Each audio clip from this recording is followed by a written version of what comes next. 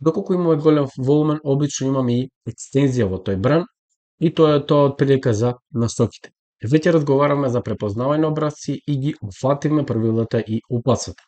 Сега личностите на брановите, зашто воопшто функционира и зошто е важно, мислам дека ова ја сумира дефиницијата и ова е пронајдено во една книга пред многу години, каде што се открило дека цели заедници одеднаш ги насочуваат своите умови кон една тема и полудуваат во нејзината потреби. Милиони луѓе истовремено стануваат импресионирани од една заблуда и трчаат по неја, но полека, еден по еден, подоцна се враќаат во своите чувства и тоа е од извонредните, популарни заблуди и лудилото на толпите. Зошто психологијата е толку релативна со справување на пазарот и зошто брановната личност е област во која треба да бидете заинтересирани. Така, личноста на секој бран во елитовата низа е критичен дел од масовната психологија, што ја покажува. Личностите обично постојат на секој ниво на брановниот систем. Секој бран подразбира одредена фаза во масовната психолошка прогресија. На пазарот, па ако вашето броење на бранови е точно, всушност можете да ја предвидите психолошката и техничката средина. Што би очекувале да ја видите и може да предвидите каков тип на акција треба да видите во вашите осцилатори и каков тип на акција треба да видите во вашите мерки за расположение, за возврат може да ја користите психолошката и техничката средина за да му дадете тежина на еден број на бранови во однос на друг или да помогнете во проверка на вашиот број на бранови и да направите грешка што можеби не сте сакале да ја направите и личноста влијае и на областите на расположението и на импулсот. Сега ќе ги обележиме повторно овие бранови, бидејќи ќе зборуваме за тоа како се однесуваат и какво е расположението во овие бранови. И сега ќе започнеме од број 1. Повеќето бранови се дел од процес на база. Има нов живот на пазарот, но генерално нема големи индиции за импулсот. Тие понекогаш се силно коригирани од бранот 2, кој следи по големата индиција. Дали структурата на 5 бранови во првиот бран да се однесува моментумот, понекогаш првиот бран ќе ви ја покаже најдобрата состојба на прекупеност што сте ја виделе подолго време во однос на претходната корекција. И првите бранови се многу помалку емоционални и помалку очајни и нестабилни отколку претходните растови во bear market. Веројатно затоа што луѓето се толку исцрпени до тогаш, но јавноста обично многу распродава во овие бранови. Ова се појава во вашите бројки за расположение, бидејќи она што ќе го видите во првиот бран е дека волуменот многу се намалува, бидејќи неверувањето во овој бран е толку голема во тоа време. Сега останатите бранови се динамични затоа што доаѓаат од екстремно компресирана или екстремно поцената ситуација или од неуспех.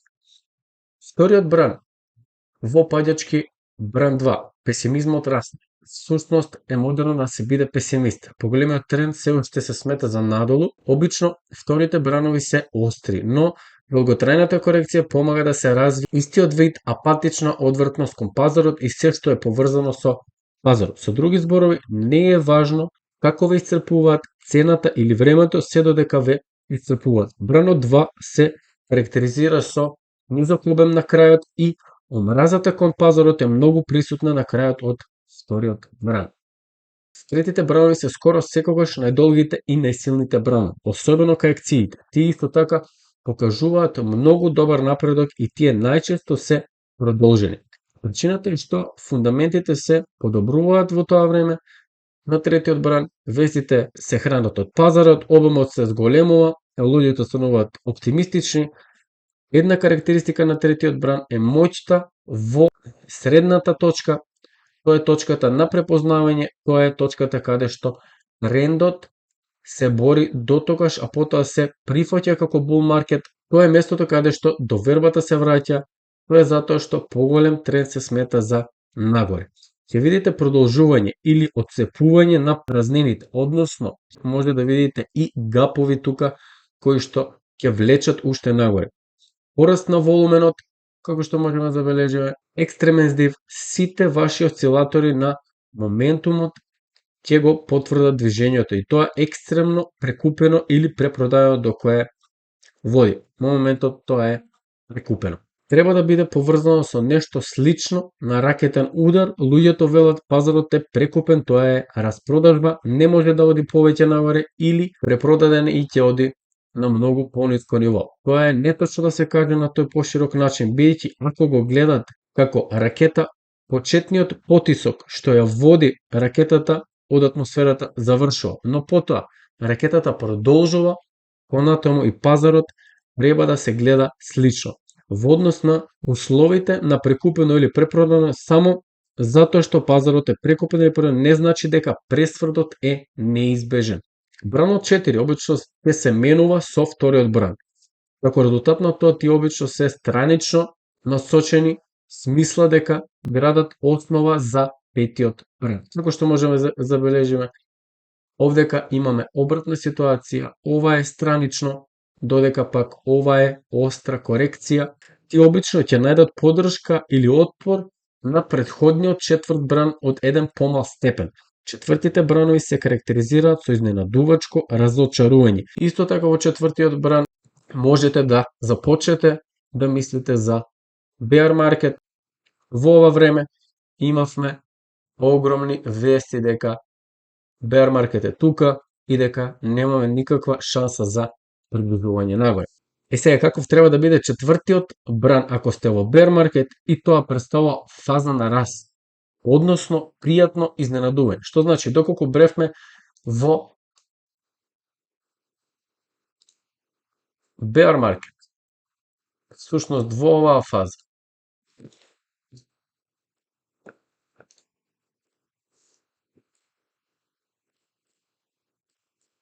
ова ќе се карактеризира како пријатно изненадување за потоа повторно да се приближи пазарот надолу и да ги добие тие 5 бранови. А бранот 5. Популарната концепција за петиот бран е како експлозивни експлозии. Тоа е генерално лажење за продолжување на bull market. Но речиси никогаш не е случај кај акциите. Дури кога е случајот кај акциите, петиот бран е технички послаб од третиот бран, особено во однос на волуменот. Обично има помала стапка на промена, има дивергенции во моментумот. Што се однесува до психологијата, оптимизмот продолжува да се гради и луѓето продолжуваат да ги негираат проблемите, што всушност ги добивме овде. Ресурсите исто така мора да напоменеме дека во bear market истите наблюдувања важат, како што тие важат и во акциите. Со други зборови, третиот бран е најсилен, но во bull market петиот бран е често најдолг и најсилен, а причината е разликата во основната човекова емоција, што е оперативна надеж наспроти страв. Се надеваме дека во иднина работите ќе се подобрат и слично. Ресурсите не се водени од надеж, туку од страв. Кога размислуваме за војна, луѓето ја зголемуваат цената на златото. Кога размислуваме за суша, луѓето ги пумпаат житарките. На пазарот на ресурсите имате параболичен напредок што води до врвен скок.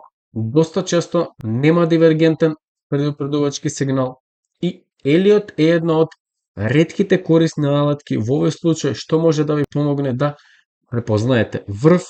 Други алатки како што се бројките за расположението и отворениот интерес сигурно ќе бидат корисни, но тие нема да го одредат врвот како што може Елиот и да ви покаже дека сме во петиот бран и падот е неизбежен, или пак да ви ја покаже слабоста на дното каде што би требале да купите. Ајде сега да преминеме на корективните бранови, а тоа се брановите А. Оние бранови кои што би можеле сега да ги означиме тука. Тоа се ABC брановите, С,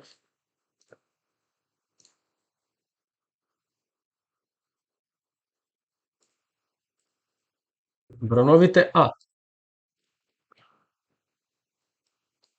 Доколку го направиме овака, брановите А често се остри и даваат подлабока реакција оно што се случило во претходниот импулсен бран. Некои бранови се убиствени, особено во цикцак падот.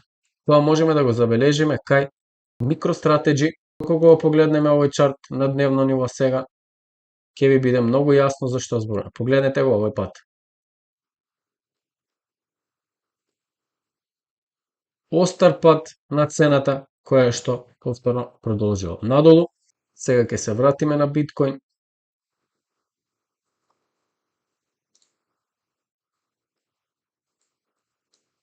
Каде го означиме на неделно ниво.